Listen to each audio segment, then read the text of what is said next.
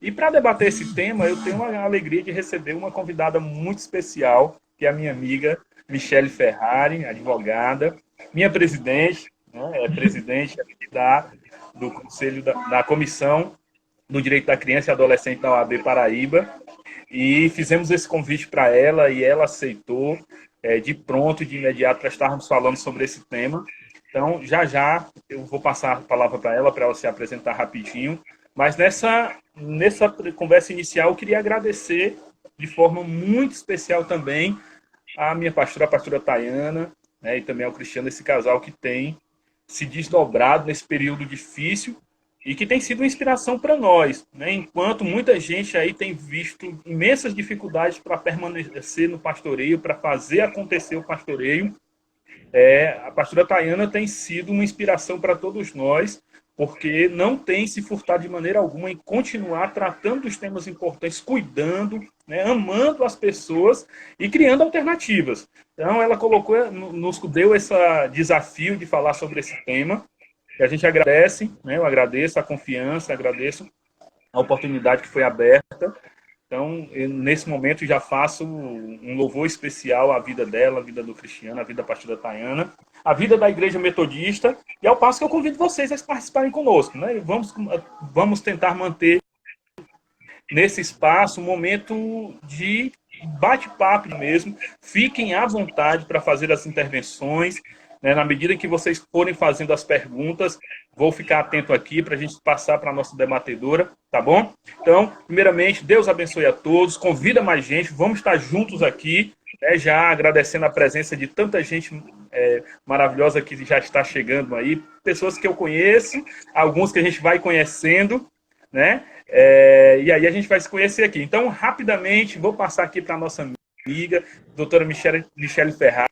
Fale um pouquinho, se apresente para a nossa comunidade de fé, fale um pouquinho também do trabalho da Comissão do Direito da Criança e do Adolescente aqui da OAB Paraíba. Fique à vontade. Boa noite, Daniel. Também quero agradecer pelo convite. Você é um amigo querido, né, um amigo de luta, né, vocacionado também na luta dos direitos da criança e do adolescente. Então, eu agradeço pelo convite e é uma satisfação poder falar, dialogar com a população sobre esse tema tão importante, esse tema tão sensível, que é o tema do abuso e exploração sexual de crianças e adolescentes. Né? Então, muito obrigado e obrigado a todos que estão entrando, participando, fico à disposição durante a nossa exposição do tema para perguntas. Né? Quem não, se eu acaso não conseguir contemplar alguma pergunta hoje, também deixem aberto aqui o canal da comissão, que é @cdcauabcb, pode me enviar que eu faço as orientações devidas. Bem, para quem não me conhece, sou presidente da Comissão dos Direitos da Criança e do Adolescente da OAB Paraíba. É uma comissão que proporciona à OAB, né, atender as demandas da sociedade referente às violações de direitos de crianças e adolescentes. É uma comissão que atua de forma preventiva, na forma de educação, na forma de intermediadora das autoridades competentes, né, como o Ministério Público da Paraíba, a Vara da Infância da Paraíba. Quero agradecer ao Dr. Hugo Zay, que inclusive acabou de entrar, está acompanhando o juiz da infância de Campina Grande, excelente juiz. O trabalho da comissão ele é um trabalho social, voltado às necessidades da sociedade, né, e em específico esse público a qual a gente luta para defender e proteger, que é a criança e o adolescente. Certo, doutora Michele. Nós estamos num mês que, inclusive, a senhora tem falado muito a respeito disso, que é um mês de maio que foi reservado de forma mais notoriedade ao combate à violência contra a violência sexual contra a criança e o adolescente. Eu queria que a senhora falasse um pouquinho das ações que foram realizadas durante esse mês, né, a importância de se falar desse tema. Bom, doutor Daniel, primeiro, eu acredito que a maioria das pessoas que estão acompanhando essa live, né, desconhece o motivo real por que se fazer uma mobilização mais intensificada no 2 de maio se é um crime avassalador, que a gente não pode jamais esquecer em qualquer dia do ano, né? Na verdade, eu sempre digo que assim, é permitido lembrar, mas é proibido esquecer. Então, todo dia de bater esse crime, certo? Mas o 18 de maio é importante porque ele é uma data que foi instituída por uma lei federal, caso uma data nacional, mas há um crime que aconteceu no passado, né, de repercussão nacional, em que foi evidencializado a prática de um crime sexual contra uma criança, e à época, né, a sociedade ela pedia responsabilização, né, porque foi um crime que chocou, claro, em razão da violência praticada contra essa criança, e aí ficou conhecido como o dia, né, nacional e internacional também, porque a gente tem a data internacional, de mobilização da sociedade, dos atores da rede de proteção da criança e do adolescente. Esses atores, ele é composto pelo sistema de justiça, então a gente tem o judiciário trabalhando de forma articulada com o Ministério Público, com a OAB, com assistência social, aí a gente tem CRAS, CREAS, conselhos tutelares, as ONGs, né? Enfim, a gente tem um conjunto articulado de pessoas, né, em prol ao enfrentamento desses crimes, porque a gente fala, não é só uma data referente ao abuso sexual, é também o enfrentamento à exploração sexual, que são crimes diferentes, que a gente vai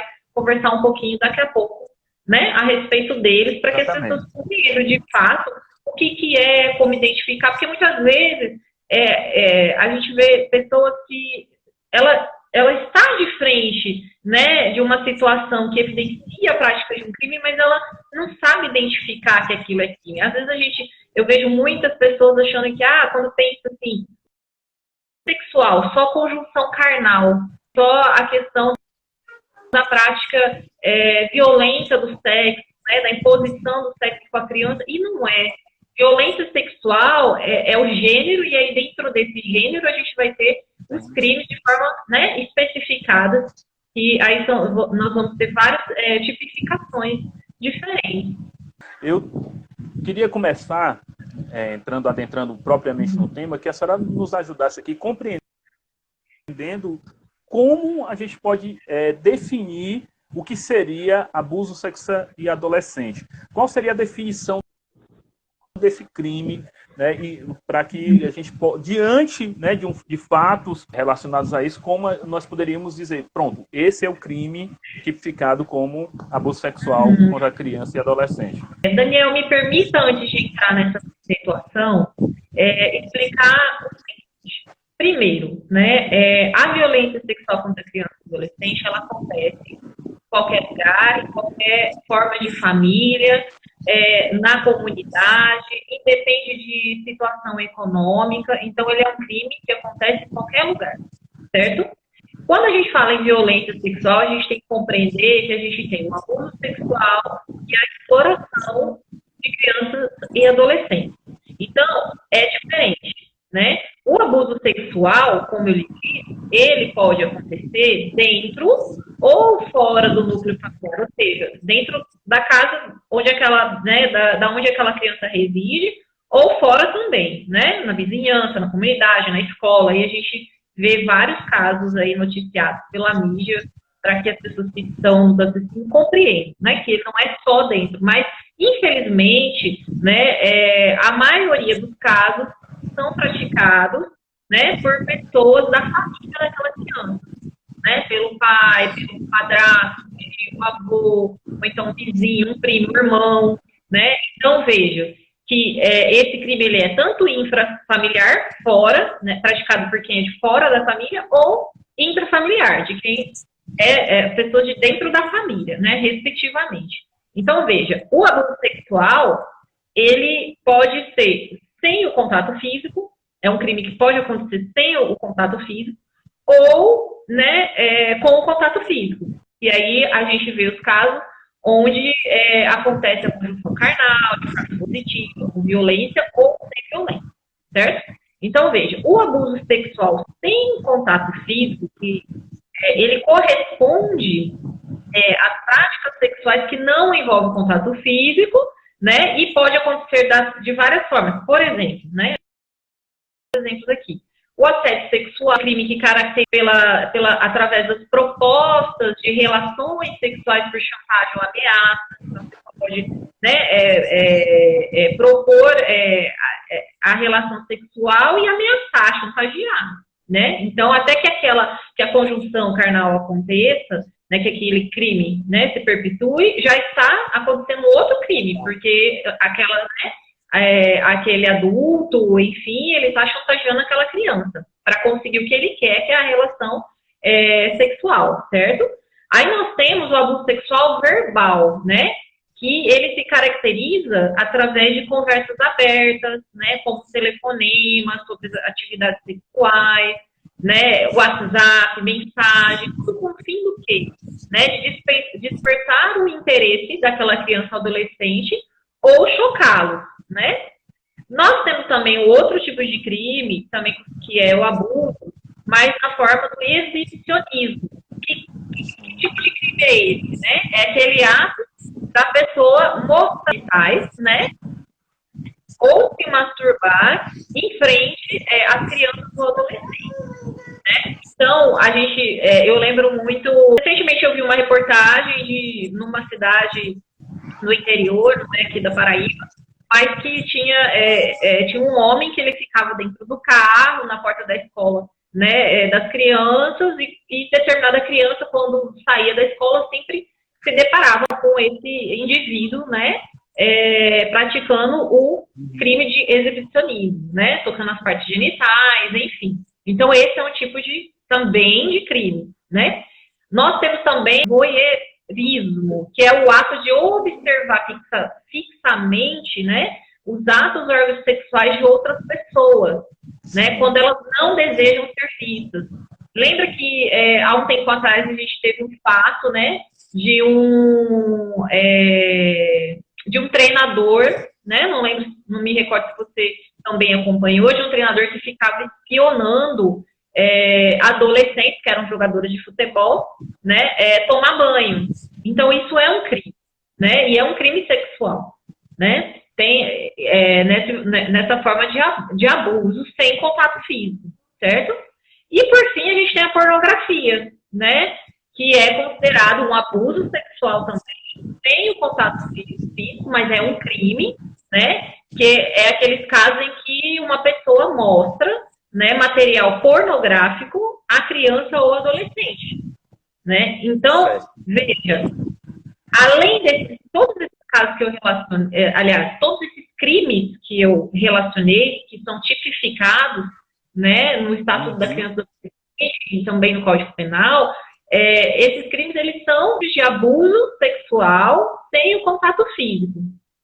Então, veja que o abuso sexual que as pessoas mais conhecem, que é o com contato físico, que é aquele crime, né, que corresponde a carícias nos órgãos genitais, tentativas de relações sexuais, masturbação, né, sexo oral, enfim, essas violações, né, elas são legalmente tipificadas como crime de tentativa violenta ao pudor, corrupção de menores, sedução e, por fim, o estupro, né, que é mais conhecido.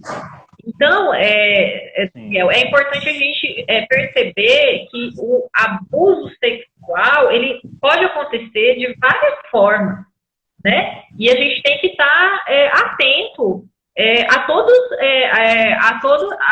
esses sinais, né, de que qualquer uma dessas modalidades pode estar acontecendo, certo? E aí, por fim, a questão da diferenciação aqui, a gente também tem ainda um outro crime, que é a exploração sexual, né? A exploração sexual, ela é caracterizada pela relação sexual de uma criança ou adolescente com adultos, né? Mediada pelo pagamento de dinheiro, né? Ou então qualquer outro benefício. Então, veja, tem a troca. A criança, a atração, existe uma mercantilização, entendeu? A diferença da exploração sexual de uma criança para abuso, né, abuso sexual, está na mercantilização. Veja que a prática aqui do crime da exploração, ela envolve a troca, né, por um objeto, por dinheiro, né? Lembra que a gente vê muitos casos por aí de crianças que aceitam, né, manter relação sexual com adultos, a troca de doce, né, de dinheiro, enfim. Então, quer dizer, esse crime, ele é tipificado como exploração sexual, certo? E aí, dentro da exploração sexual, a gente vai ter o tráfico, né, de crianças e adolescentes para fins sexuais, né, a exploração agenciada, que aí isso aí também acontece, né? Acontece muito desaparecimento de crianças para fins de tráfico, né? Para exploração sexual dessas crianças, certo? Só para deixar claro, eu acredito que já ficou bastante claro, mas eu queria retomar essa questão do abuso sexual sem a necessidade do toque, porque geralmente a gente pensa que o abuso só se dá respeito quando há conjugação carnal ou estupro, mas a violência que corrompe a infância, que compromete o desenvolvimento equilibrado da criança e do adolescente, que não necessariamente houve o toque, ou houve uma situação em que houve em si a agressão sexual, no sentido em que houve a penetração ou alguma outra coisa desse tipo. A violência física, correto. Então, doutora, eu queria que a senhora falasse um pouquinho mais em alguma violência que não há necessidade do toque, mas que está configurado em si o abuso. Por exemplo, no caso, a senhora já falou, a questão do exibicionismo, né, de mostrar a genitália, a questão de imagens, ou de fotografar uma criança, né, a criança fotografar a genitália, né, alguém que fotografa a criança, ou mesmo mostra imagens de atos sexuais com uma criança, também configuram o ato, né, configura a violência sexual, o abuso contra a criança e o adolescente? Com certeza, Daniel. Inclusive, elas estão inseridas dentro daqueles crimes que eu acabei de relacionar, né, para vocês, como a pornografia, divulgação de pornografia, né, através do WhatsApp, né, até mesmo, independente, porque criança não autoriza, nem desautoriza, não existe essa autonomia de vontade, entendeu? Aqui. Então, às vezes as pessoas dizem, mas se a criança autorizou eu tirar a foto, né, dela, isso é crime, não existe aqui essa questão da vontade da criança, né? Então, quer dizer, pornografia, né, se encaixa, né, dentro desse perfil das condutas, na verdade, não do perfil, mas das condutas que você acabou de relacionar, né? Então, a questão do exibicionismo, né? Enfim, o abuso sexual verbal. É importante a gente ter conhecimento que a violência praticada contra criança e adolescente, ela se dá de várias formas, né? Ela pode acontecer na forma verbal, na forma psicológica, a violência doméstica, maus tratos, né, das crianças dentro de casa, negligência, né, física. Então, quer dizer, não é só a sexual, entendeu? Então, como eu coloquei aqui os exemplos que eu trouxe, né? Então, o assédio sexual, então, quer dizer, cercar aquela criança, né, com palavras obscenas, com propostas indecentes, né, a questão da foto, com autorização sem autorização, porque aqui em DEPEN não existe isso, de criança autorizar ou não autorizar, entendeu? Não existe essa autonomia, então isso é importante saber, né? Enfim, tudo isso é configurado um crime, a prática de um crime sexual contra uma criança e adolescente, certo? Pronto, Michele, eu achei muito bacana algo que você colocou, na sua fala, que eu acho que tem que deixar claro também, que é a questão do consentimento da criança. Não há o que se falar em consentimento, não tem como anuir, não tem como concordar. Não, mesmo que a criança concordou, não há possibilidade de se admitir concordância da criança em qualquer dessas questões. Foi colocado aqui entre os comentários sobre a questão de alguma forma, né, o bullying ultrapassaria a questão mais da psicológica, ou como o bullying poderia ser tratado, poderia passar sobre esse tema do abuso sexual. A senhora não vê como isso entraria? Foi um questionamento que foi levantado aqui. O bullying, ele entra dentro de um crime. O bullying também é um crime, né, praticado contra a criança ou adolescente, da forma verbal, né? Ele não é um crime sexual. O questionamento seria se o bullying poderia se caracterizar também como violência sexual. Mas a senhora, né, explicou bem. Né, cito uma outra questão. Uma coisa importante para atentar, que é a questão de que o abuso e a violência sexual, ela nem sempre é cometida por alguém maior de idade. Às vezes pode acontecer que o abuso parta de pares, né? Na escola, um pouco maior. Então, aí eu acho que a gente tem que, como eu disse, né?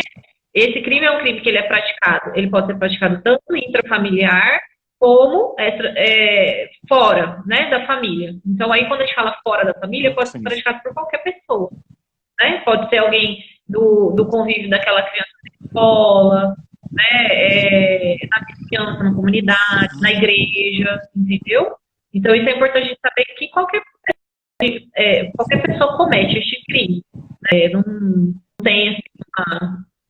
Então, vamos repetir, então, Daniel. Então, é por isso que eu acho que é muito importante o trabalho de vigiar, né? O trabalho de vigiar essas crianças e esses adolescentes, né? E quando a gente fala em vigiar, tanto os pais quanto os educadores, né? Quanto a sociedade em si, vizinhos, né? A gente tem às vezes um vizinho que tem criança, que tem adolescente, né? A gente tem que cuidar dos nossos e dos outros. Isso é muito importante. Então, por isso é importante. Com certeza. Michele, então, dentro dessa é essencial que essa vigilância, ela precisa de uma atenção especial para alguns sinais que bebidos em mudanças de atitudes, em mudanças de comportamento da criança ou do adolescente, que podem sinalizar a possibilidade de estar havendo uma violência, que aquela criança esteja sofrendo alguma violência. A senhora poderia nos destacar, dar algumas direções de como identificar, nessa vigilância, né? Como identificar sinais que uma criança provavelmente está sofrendo abuso, né? Está sofrendo algum tipo de violência? Sim, como eu disse, porque assim, para a gente poder vigiar, a gente tem que compreender quais são os sinais, né? Para a gente poder conseguir ficar alerta e investigar, né? Se a gente perceber que há possibilidade daquela criança adolescente estar sofrendo uma violência, né? Então, veja, no caso da violência sexual, a criança ou o adolescente, ele costuma apresentar alguns sinais, como, por exemplo, mudança de comportamento em casa, né? Rejeição ao abusador. Então, às vezes, se o abusador é alguém de dentro da família, dá para perceber que aquela criança passa a ter um comportamento diferenciado com relação àquela pessoa, né? Pânico, né? Não quer ficar perto, não quer falar. Esse também é um sinal, né? Regressão de comportamento, né? Como eu disse, medo, foge de contato físico, né? Passa a se isolar, né? Começa a manter segredos, porque às vezes tem pais que têm um bom diálogo com os filhos. Então, aí quando a gente percebe, né, uma modificação assim extrema, um afastamento, a gente já tem que ficar de olho, né? Se não tem alguma coisa de errado acontecendo, certo? Outro sinal que a gente tem a questão do isolamento, mas também as alterações de atos repentinos, né? Então, por exemplo, mudança de vestimenta, né? Alimentação, ou deixa de comer, né? Ou come complementos, pode ser um sinal, né? Comportamento na escola, há uma queda repentina, às vezes, das notas, desinteresse de estudar. Se o abusador está dentro da escola, às vezes aquela criança ou adolescente ele começa a não querer ir para a escola, né? O despertar, gente, para a sexualidade também é uma situação, também é um sinal, né? Que também demonstra que está errado, né? Que está acontecendo alguma coisa, né? Até mesmo criança mesmo, às vezes dá esse sinal através de desenhos, né? Que ela quer mostrar alguma coisa através daquilo, né? Ela não consegue falar, mas através dos desenhos ela consegue reproduzir os sentimentos, né? De medo, de insegurança, né? De pedido de ajuda. Enfim, esses são os sinais que a gente mais vê, né? Nas crianças, crianças, adolescentes, né? Que são vítimas, porque a gente não pode esquecer que adolescente também pode ser vítima, né? Doutor, e diante desses, né, digamos que a gente começa a perceber alguns desses sinais, como é que pode ser o diálogo com essa criança? Porque pode ser que a criança apresente alguns desses sinais e sejam questões diversas, né, e não tenha nenhuma ligação com, propriamente, uma violência que ela esteja sofrendo. Então, para isso, a gente precisa conversar com a criança, precisa tomar algumas medidas. Como é que seria esse diálogo? Quais são os caminhos desse diálogo para identificar, né, ou nesse diálogo, o que é que a gente teria, né, poder tirar mais a criança, né, de uma forma saudável, né, que não a exponha, né, que não, cause outra violência com a criança, mas que possa ser um meio de conseguir ter certeza ou ter algo mais claro se a criança está sofrendo ou não esse abuso. Daniel, eu gosto de ressaltar, quando eu vou dialogar sobre esse tema, primeiro, a família ela tem que compreender que é dever dela proteger a criança, né, ou adolescente, de qualquer violação. Então, quando a gente tem a consciência desse dever, a gente passa a intensificar o nosso trabalho de estar mais próximo dos nossos filhos, dialogar mais com os nossos filhos. É um tema sensível, é difícil de falar, né, com nossos filhos, sobre o que é determinado crime, da forma que eu expus agora, por exemplo, né? Então, é difícil, mas a gente tem que trabalhar esse diálogo, né, e empoderar essas crianças, né, torná-las seguras sobre o tema, para que elas possam ter como se defender, né, de qualquer tentativa de um crime, de uma violação de direitos, vamos colocar assim, né, porque pode ser não só a violência sexual, pode ser outras formas de violência também. Então, é muito importante a compreensão disso. Inclusive, nós temos essa definição de dever na Constituição Federal, né? É dever da família, do Estado e da sociedade, a proteção integral das nossas crianças e adolescentes e assegurar que eles sejam a salvo de qualquer violência, né? Violações de direitos, enfim. Então, é muito bom essa questão. Além desse dever, um parceiro essencial na vida da criança são os professores, aliás, os parceiros, né? São os professores, a igreja, né? Então, a gente trabalha, a gente consegue trabalhar o fortalecimento, né, dessa aproximação com os nossos filhos ou com as crianças que a gente conhece, no trabalho conjunto com esses outros profissionais, né? Então, é importante a gente estar próximo participando da vida escolar dos nossos filhos, né? Vigiando o que eles estão fazendo na internet, o que eles estão acessando, né? O relacionamento deles com os amigos, quem são os amigos. Tudo isso traz o quê? Uma segurança, uma aproximação, né? família, das crianças que você convive, para que ela se sinta aberta num momento desse, se acontecer, ou se estiver prestes a acontecer uma situação dessa, a se abrir, a falar.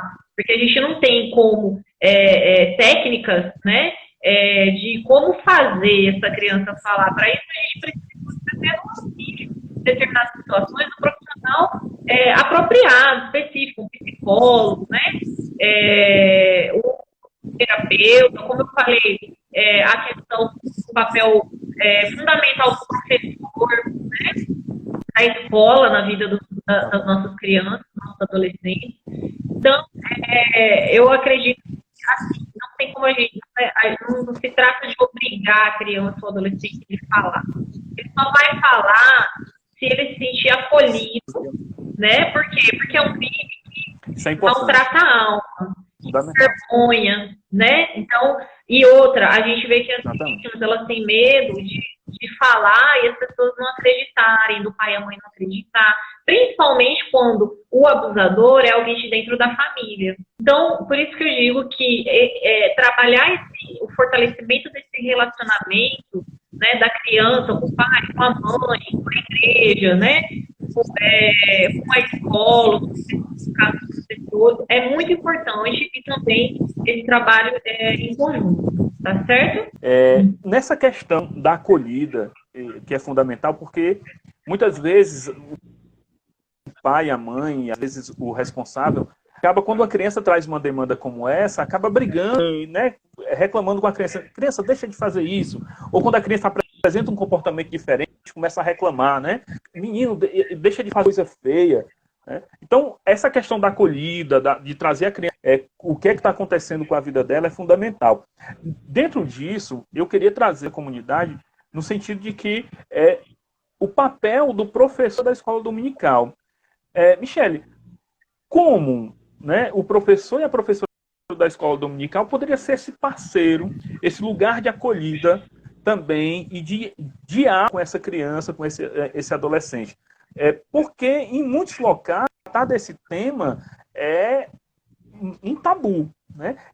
É interessante manter isso como tabu ou falar disso, né, de uma forma didática, respeitando o momento de cada criança. O que seria, então, como tratar isso com os professores? Como os professores poderiam, na escola dominical, por exemplo, ou diante de identificação de sinais desse tipo de violência? Bom, Daniel, primeiro, como eu disse, esse trabalho dos professores, ele é essencial para a identificação, né? Se aquela criança ela está sofrendo uma violência, certo? Aqueles sinais que eu relacionei para vocês também são sinais que os professores, no caso, podem, devem, aliás, ficarem atentos, né?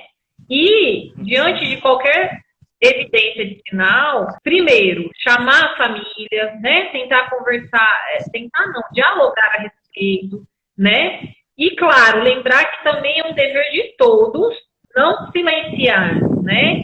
Não deixar para lá, pedir apoio, né? A gente tem as portas de entrada de denúncia contra criança e adolescente.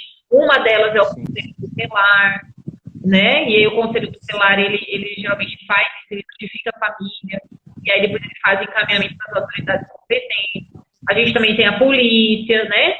Dependendo da situação também, a intervenção da polícia. Então, quer dizer, veja, a gente não pode esquecer que a primeira rede de apoio que é disponível é constituída pela família, né? Então, a família, como eu falei, ela inicia esse fortalecimento de relações, né, de apego com aquela criança, para que ela sinta acolhida. Agora, se o crime está acontecendo, praticado pela própria, né, por alguém da família, claro que vocês, né, enquanto professores daquela criança ou daquele adolescente, vocês exercem um papel fundamental, né, para proteger essa criança e esse adolescente e ajudá-los, né, a pedir socorro, né, apoio, entendeu? Então, veja que eu penso que você tem um papel fundamental para o desenvolvimento socioemocional, né, dessas crianças, né, é um trabalho que vocês conseguem construir, né, através dessa rede, que é da igreja, das pessoas que estão envolvidos dentro da igreja, até, né, das pessoas que estão dentro da igreja. Então, vocês têm um papel, como eu disse, de acolher e de não silenciar, né, de dar encaminhamento a qualquer situação que traga a esse, né, de uma violência praticada contra a criança. Mas, além disso, claro, nós estamos falando sempre assim, mas se acontecer, né? Se acontecer. Mas vamos também pensar na parte preventiva, né? O quanto é importante a parte preventiva, a parte de educação, né? Do trabalho, uma linguagem, como você disse, uma linguagem apropriada, né? Para trabalhar esses crimes com essas crianças, né? Então, existem formas de vocês, enquanto professores, trabalhar, e não só a parte da denúncia, como eu disse, né? O papel do Conselho Tutelar nesse auxílio das crianças.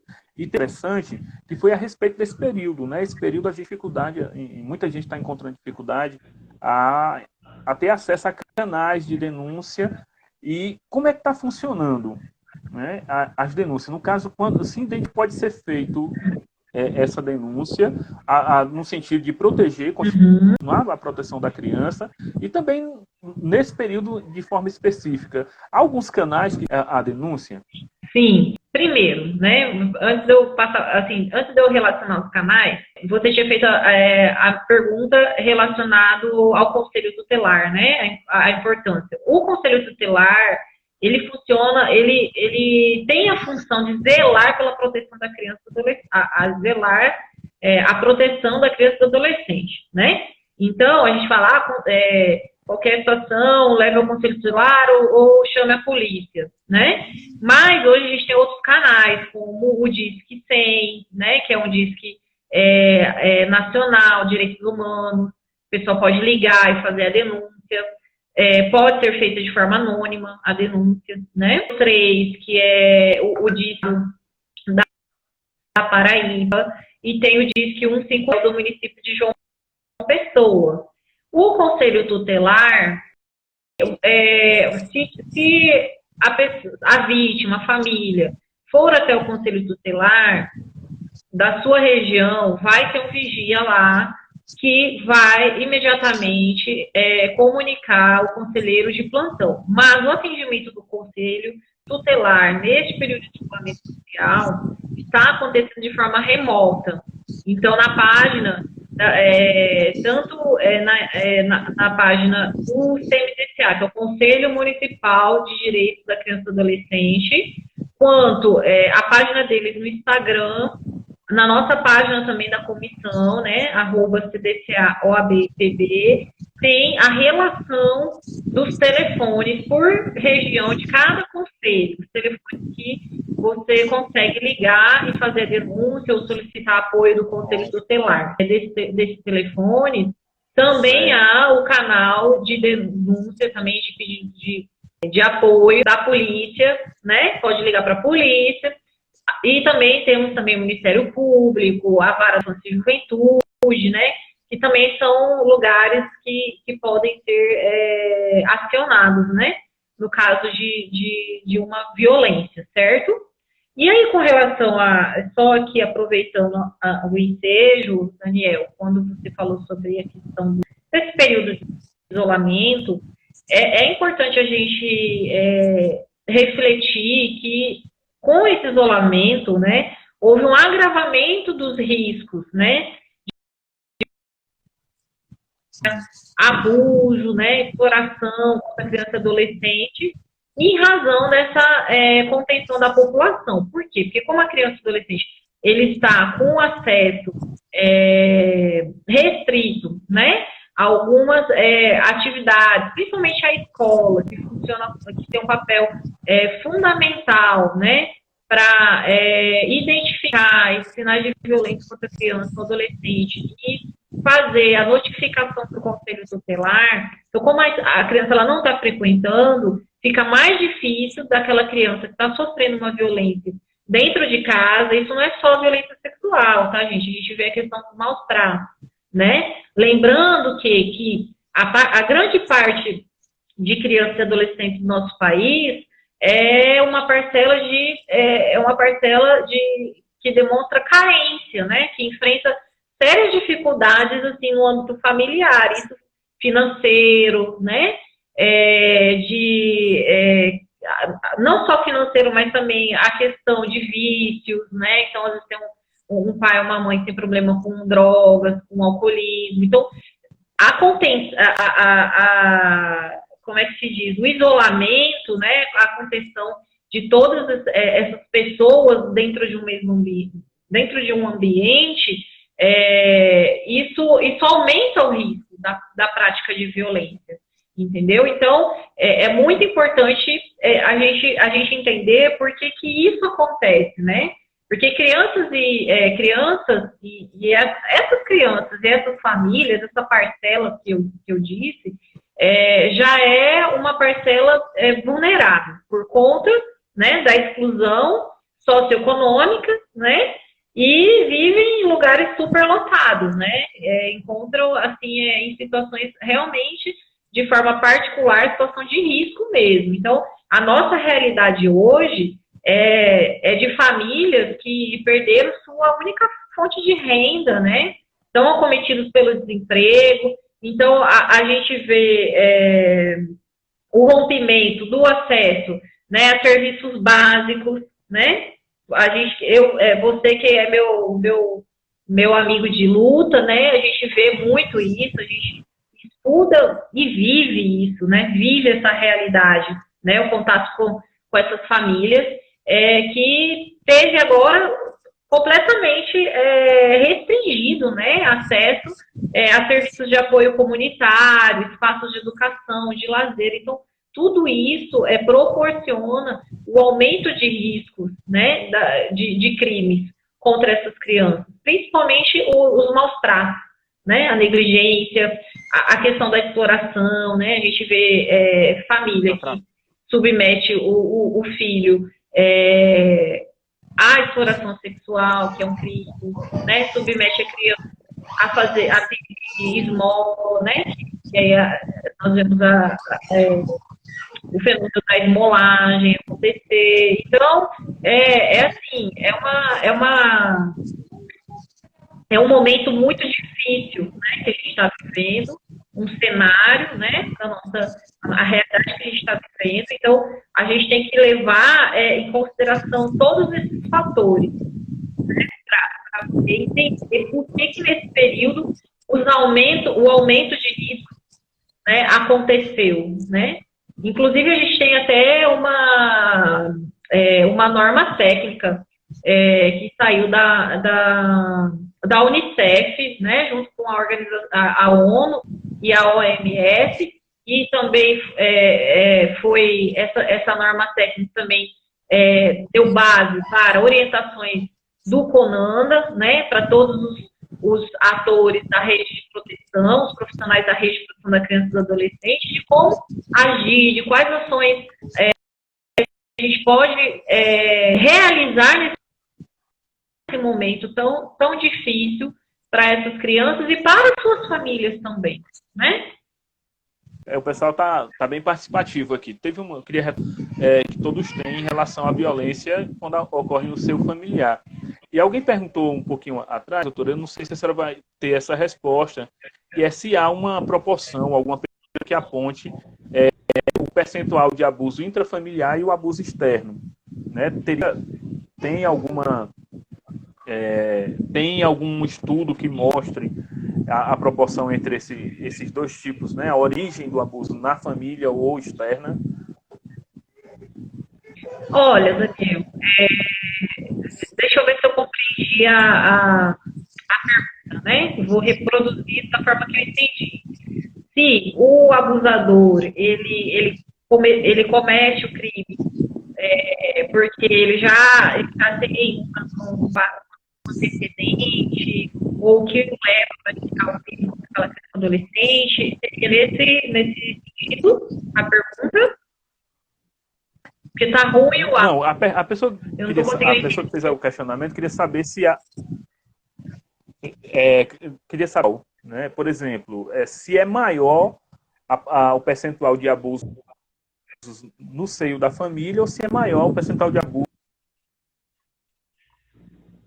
Sim, externos. entendi. Agora entendi. Sim, A criança sofre mais violência.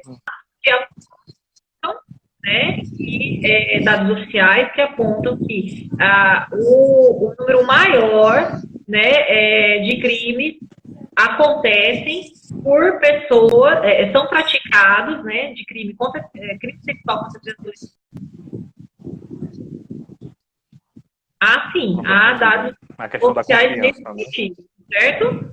Agora, como eu ia dizer, outra questão muito importante, que não faz parte da pergunta, mas que é bom a gente compreender, que também há estudos sobre esse comportamento da pessoa que pratica, entendeu? Porque tem casos que é aquilo, como é que eu posso colocar aqui? O abusador, ele já sofreu na infância entendeu? Abuso também, então isso vai se perpetuando. Por isso que é um crime tão avassalador, né? Não, aqui não é questão de justificar o crime, mas relacionar alguns estudos que são feitos sobre o perfil do abusador, entendeu?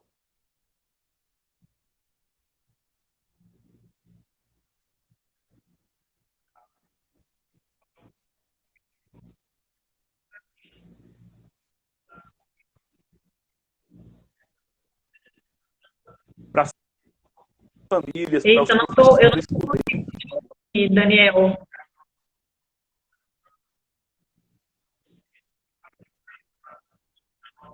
Eu não consigo não estou conseguindo te ouvir. A sua câmera está travada. Se você puder, por gentileza, deixa eu ver. Um pouco, mas eu não estou conseguindo ver só a sua imagem, né? A gente está com esse problema da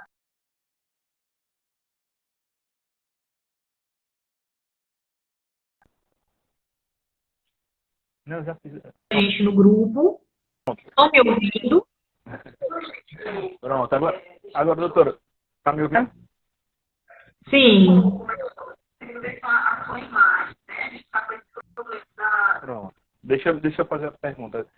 A questão é o seguinte, eu estava falando que com esse percentual assustador, o abuso ocorre muitas vezes no seio da família, é fundamental a questão do diálogo e a questão da educação para que se rompa esse ciclo. Né? Então, eu gostaria que a doutora falasse a respeito do material disponível para que pudéssemos, então, ter acesso à informação ou se preparar melhor para o diálogo com a criança, para identificar. Existe material de apoio? Eu sei que na comissão da criança e do adolescente tem algumas cartilhas. Eu gostaria que a senhora falasse um pouquinho sobre esse material, tem acesso a esse material. Daniel, a gente tem tá me escutando bem? Tá me compreendendo? Pronto. Joia. A gente tem vários materiais, entendeu? Na internet mesmo, a gente tem vários livros, cartilhas, né? Livros de autores renomados sobre o tema violência sexual contra criança e adolescente. A gente tem cartilhas produzidas, né, pelo Ministério Público. A comissão ainda não tem produzido de sua autoria uma cartilha ainda, mas né, confeccionada para a gente. É muito importante a gente estar acompanhando. Nesse momento de pandemia, aumentou significativamente, né, o uso da internet, através das lives, né, do webinar. Então, assim, são momentos super importantes para a gente estar se capacitando, né? Aprendendo mais sobre o tema. E, enfim, a gente tem, assim, na internet tem para facilitar um pouco de vários materiais excelentes. Depois, se vocês quiserem, pode entrar em contato comigo, eu posso estar relacionando, ou pode, eu vejo se a gente tem como disponibilizar também na página do Instagram da comissão, né, para facilitar os estudos, né, daqueles que querem aprofundar mais, além, claro, né, dos pais, das mães, né, professores, assistente social, conselheiro, enfim.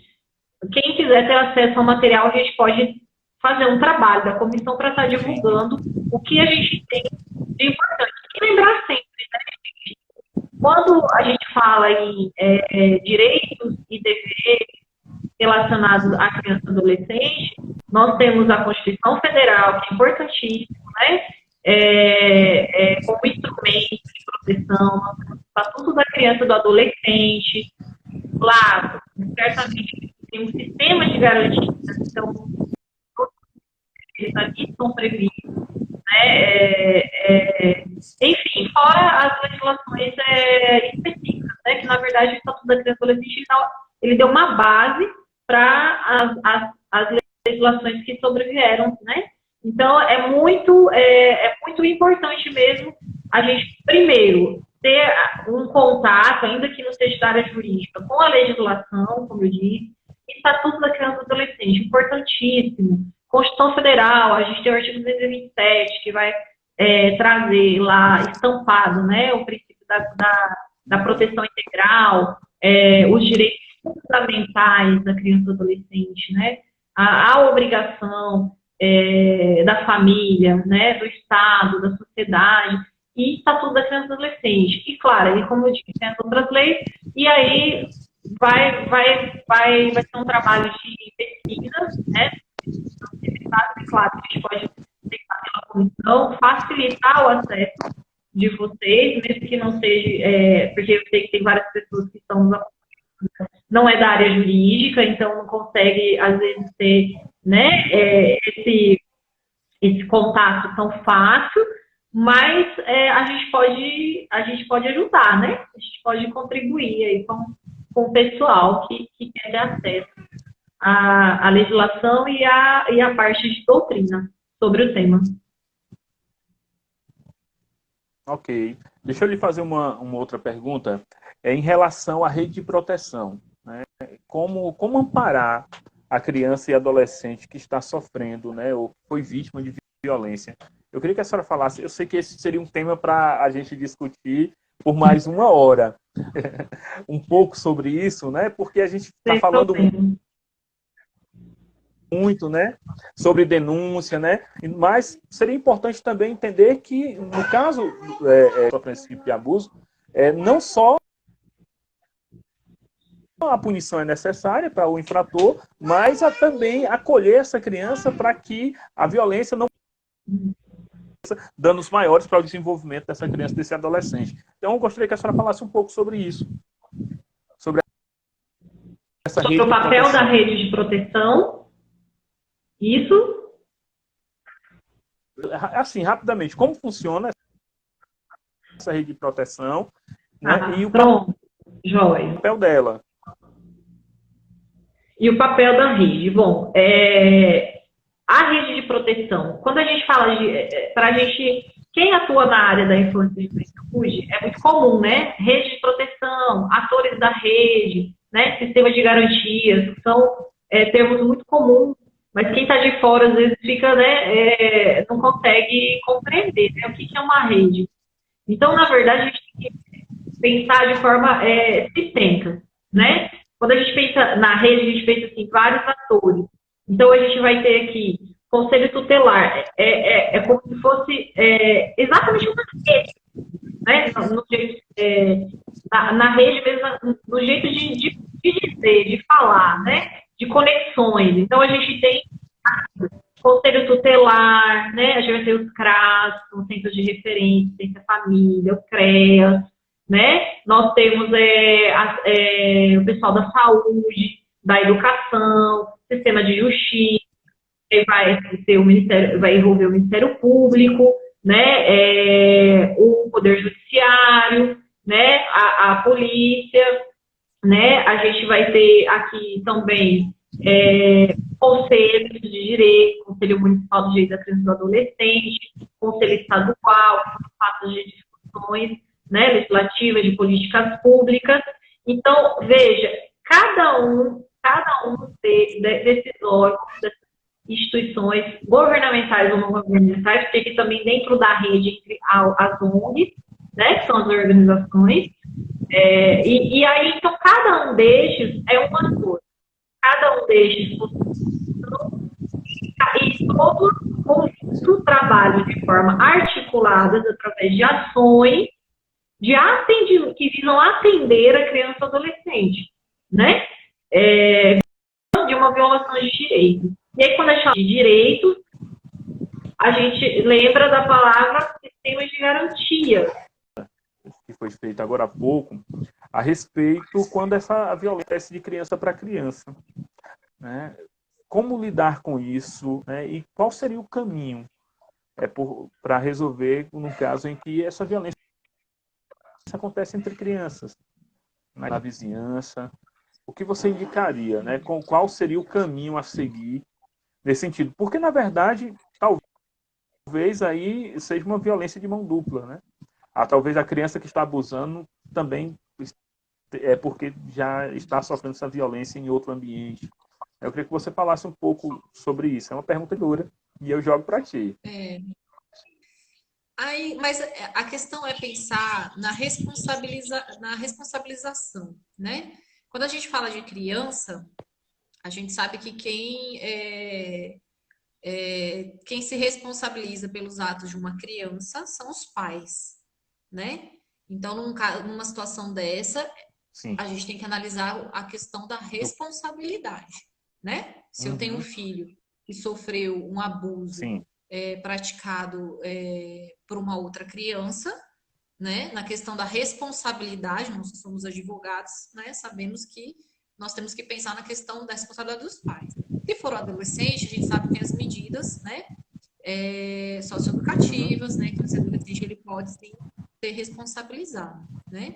Agora, como eu digo, sempre a gente tem que trabalhar muito, Daniel, fortalecer o diálogo, trabalhar a prevenção, trabalhar a educação, para que não chegue a acontecer. O papel da escola é importantíssimo. O papel da igreja é, né?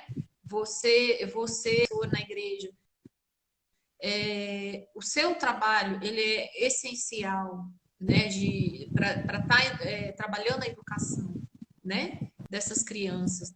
Então eu vejo dessa forma que se chegar de acontecer o crime, a gente tem que pensar na questão da responsabilização, né? Quando a gente fala dessas duas situações que eu coloquei agora.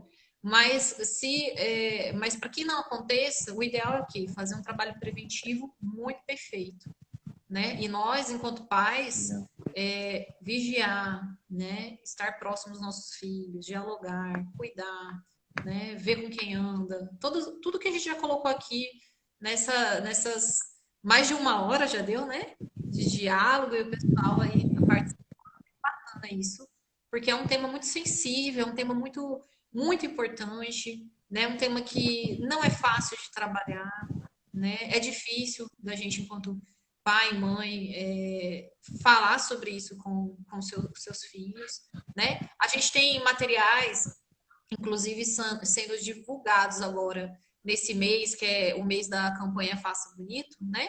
Alusivo ao dia 18 de maio, que são eles são feitos bem na linguagem da criança, através de desenhos, com vídeos, sabe? Então, são materiais muito, assim, bacana mesmo e que é de acesso muito fácil na internet para os pais.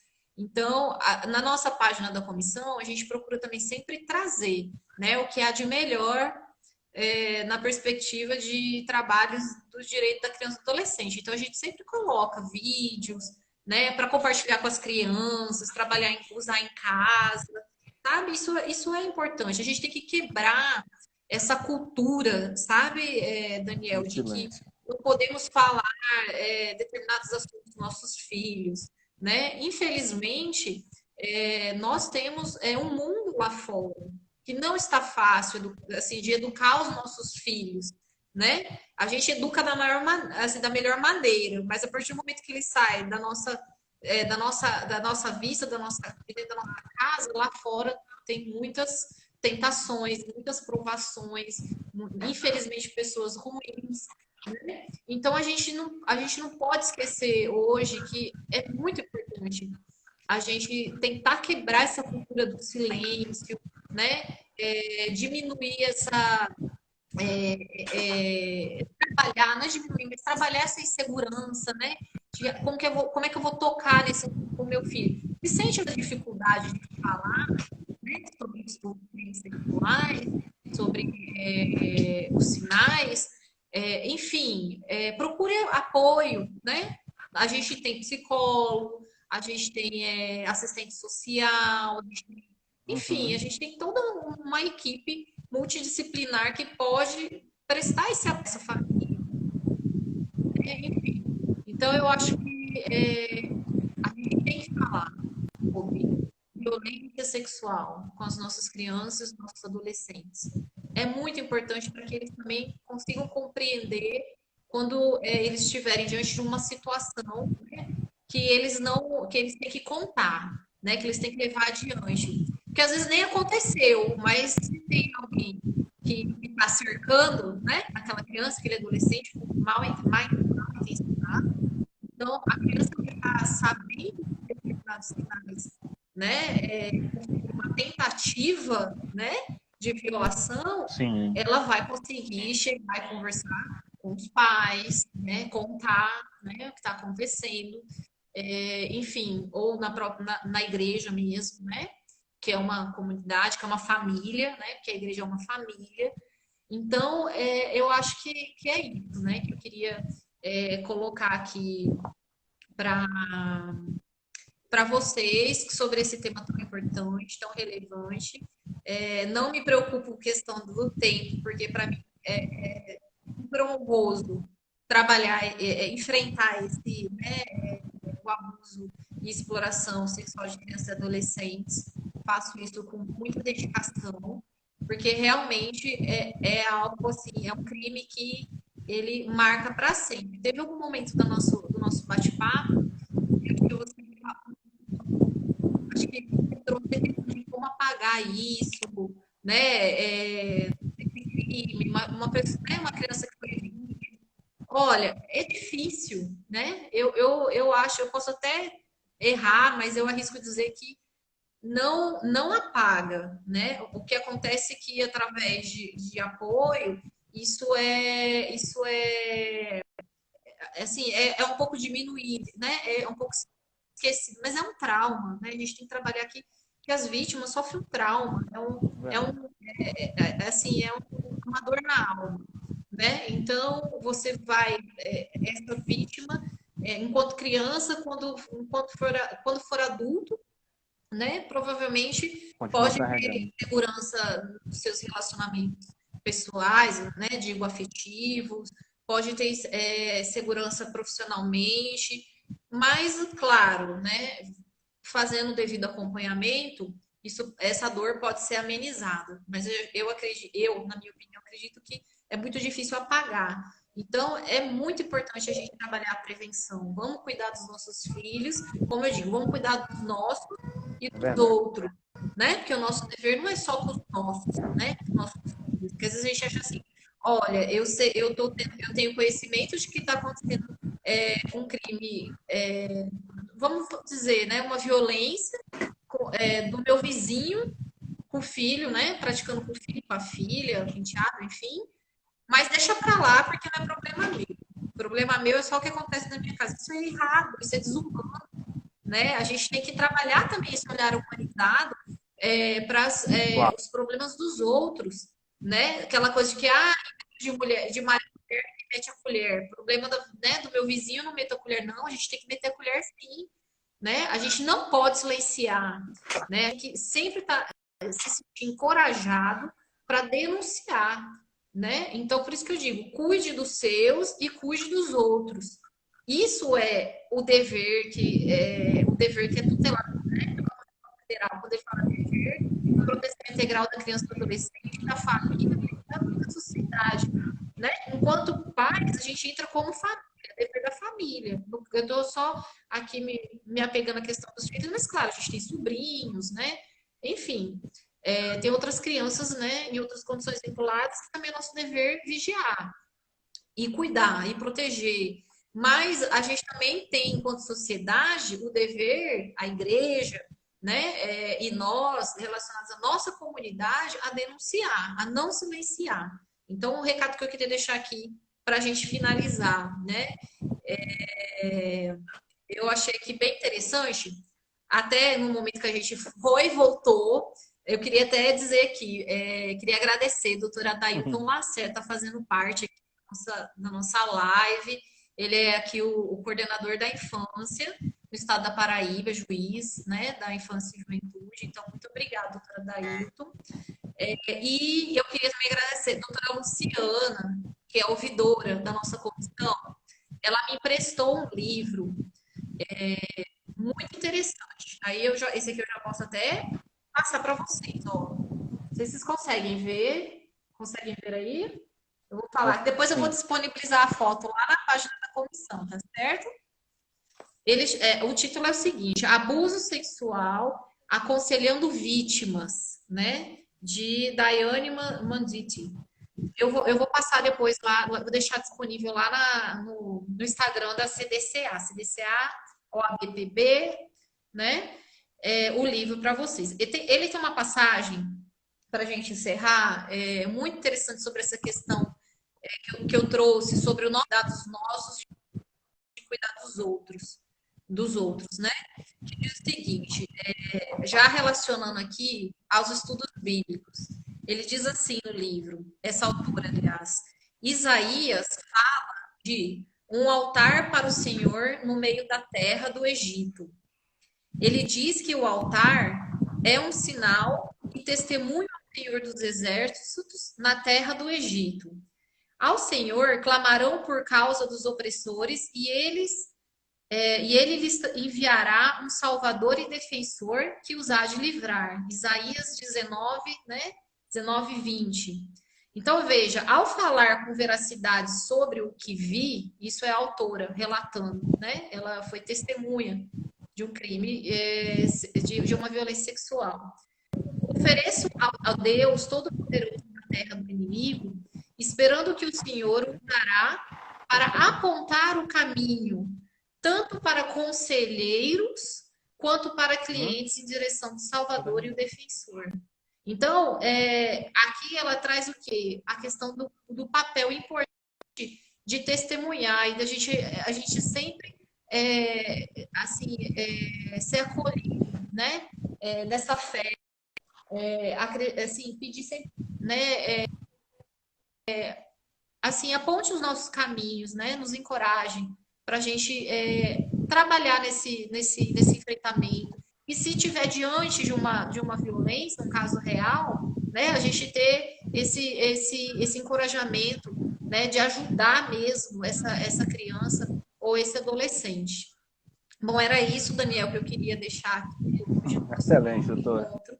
Agradecer demais pelo seu convite. Você é um amigo querido, né? Um profissional super competente, também é membro da comissão, não posso deixar de registrar. Então, é engajado nessa luta, né? Pelos direitos da criança e do adolescente. E pedir a todos, agradecer a todos por ter ficado, né, tanto tempo aqui com a gente também, nessas indas e vindas, por causa da comissão, e dizer que eu sempre estarei à disposição, né, para quem precisar. A Comissão dos Direitos da Criança e do Adolescente da OAB Paraíba está de portas abertas, acessível para ajudar e, enfim, vamos todos juntos, né, proteger as nossas crianças e os nossos adolescentes. Muito obrigada. Excelente, Michele. Eu fico muito feliz, né? Espero que aqueles que participaram, que estiveram aqui conosco, né, com as suas respostas, com seus esclarecimentos, que foram excelentes. nos deu, assim, abrilhantou nossa noite, foi algo que, para mim, agradeço, parabenizar também pelo trabalho que vem fazendo à frente da Comissão do Direito da Criança e do Adolescente da OAB Paraíba. Esse você foi requisitada demais, então quero te agradecer ainda mais por separar esse tempo para falar conosco. Sei que tem sido uma correria imensa, né? Mas eu quero muito mesmo deixar aqui meu agradecimento para ti, né, pela gentileza de estar falando conosco essa noite, em especial na nossa comunidade, que está aberta, sim, para discutir esses temas, e nós estamos nosso papel como discípulos e discípulos do nosso Senhor e Salvador Jesus Cristo. Esse é o nosso primeiro debate, trazendo o tema desafiador, é um tema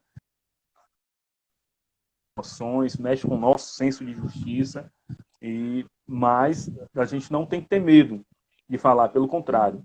Nós temos que ser essa voz de denúncia, essa voz também de acolhimento à criança que está sofrendo esse tipo. E que possamos ser também respostas para esses que estão nesse momento de dificuldade. Então, a igreja precisa fazer parte dessa rede de proteção da criança e do adolescente. Nós precisamos estar juntos com a sociedade, irmanados, para dar proteção integral à criança e ao adolescente, ao nosso papel como discípula e discípulo do Senhor. Então, mais uma vez, eu te agradeço. Eu queria só te pedir uma coisa, que rapidamente você indicasse para a nossa comunidade, rapidinho, né, já tomou muito teu tempo, como eles podem ter acesso à nossa comissão da criança e do adolescente, né? Indica a página no Instagram, né? Como eles podem interagir, podem buscar material, tá bom? Deixa essa informação para nós. Tá. Deixa eu só. Repete a pergunta que eu não entendi. Você quer que deixe o endereço da página? É isso que travou na hora que você falou. Isso, né? Isso.